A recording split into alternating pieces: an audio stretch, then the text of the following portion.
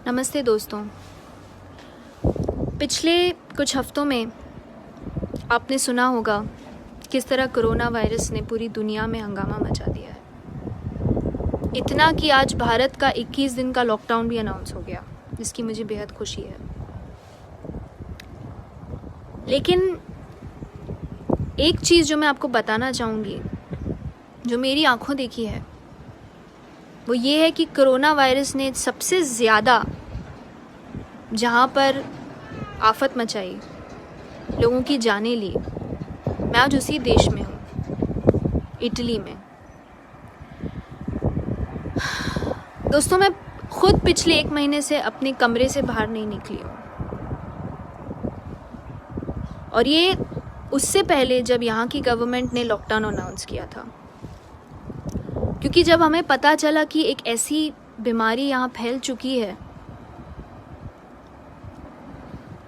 जिसका हमें पता भी नहीं कि ये कब हुआ और किससे मिलने से हुआ, और ये एक साधारण सा सर्दी ज़ुकाम है या कुछ और, जब तक आदमी अपने डॉक्टर के पास जाता है, वहाँ से अस्पताल जाता है, तब उसे पता चलता है कि उसे आईसीयू की ज़रूरत है, उसे ऑक्सीजन की ज़रूरत है,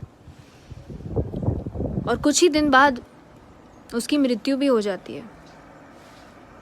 ये इतना ख़तरनाक है दोस्तों। ये कोई मजाक की बात नहीं है, ये कोई पिकनिक मनाने और छुट्टी की बात नहीं है। ये बहुत ही दुख के साथ मैं कह रही हूँ, क्योंकि ये मैंने खुद यहाँ इटली में देखा है। आप सबने न्यूज़ में भी देखा होगा कि 1000-2000 नहीं, 8000 से ज़्यादा जानें जा चुकी हैं।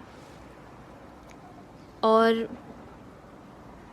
मैं जब सुबह उठती हूँ तो मुझे सिर्फ एम्बुलेंस की आवाज़ आती है, और ये मैं सच कह रही हूँ आप सबको, और बहुत दुख के साथ कह रही हूँ। लोगों ने मुझे भारत से कई फ़ोन भी किए, मेरी खैरियत पूछी, उसके लिए मैं आप सबकी शुक्रगुज़ार हूँ। ये सब आपकी दुआओं का असर है, भगवान का आशीर्वाद है कि मैं ठीक हूँ, अपने घर के अंदर हूँ, सुरक्षित हूँ अपने परिवार के साथ। लेकिन ये धीरे धीरे दुनिया को पकड़ रहा है। अमेरिका, लंदन, कई ऐसे देशों में पहुंच चुका है, और अब भारत में भी धीरे धीरे घर करना चाहता है। भारत बहुत बहुत लकी है कि ये बाद में आप तक पहुंचा है। मुझे कई लोगों ने ये भी पूछा कि ये इटली में इतना क्यों फैला, या यहाँ इतना ज़्यादा कैसे पहुंचा। सच मायने में हमें भी नहीं पता कि ये यहाँ चीन से यहाँ कैसे इतनी तादाद में लोगों को हो गया, ये हमें भी नहीं पता। लेकिन इतना ज़रूर पता है कि जब तक हमें इस बीमारी के बारे में पता चला, इसका कोई अंदाज़ा हुआ, इसके बारे में पढ़ा, इसको समझने की कोशिश की, तब तक ये लाखों लोगों तक पहुंच चुका था। मैं नहीं चाहती ऐसा भारत में हो।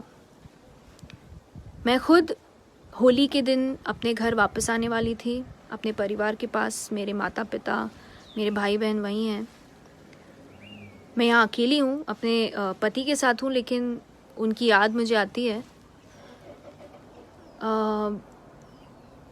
मन तो बहुत था कि मैं फ़्लाइट पकड़ के भारत वापस आ जाऊँ उसी दिन, लेकिन मैंने ऐसा नहीं किया। क्यों नहीं किया?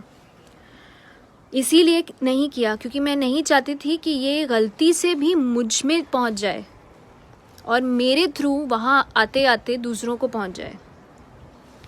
ये डिसीजन मैंने खुद लिया। ये मुझे किसी गवर्नमेंट ऑफिशियल ने नहीं समझाया या सिखाया, या कोई मुझे लेटर लिख के नहीं दिया कि आपको ऐसा करना है। ये मैंने खुद सोचा, क्योंकि मैं अपनी सुरक्षा चाहती थी और मेरे साथ ही साथ दूसरों की भी। मैं नहीं चाहती थी कि मैं बाहर से आते आते कोई भी किसी से भी मिलूं जिसको शायद ये हो, क्योंकि आपको पता नहीं चलता अगर ये किसी को है तो। जब तक पता चलता है तब तक बहुत देर हो चुकी होती है।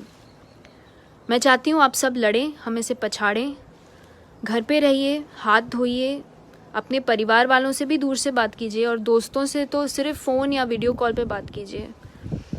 कुछ पढ़िए, म्यूज़िक सुनिए, आराम कीजिए, सेफ रहिए। जय हिंद।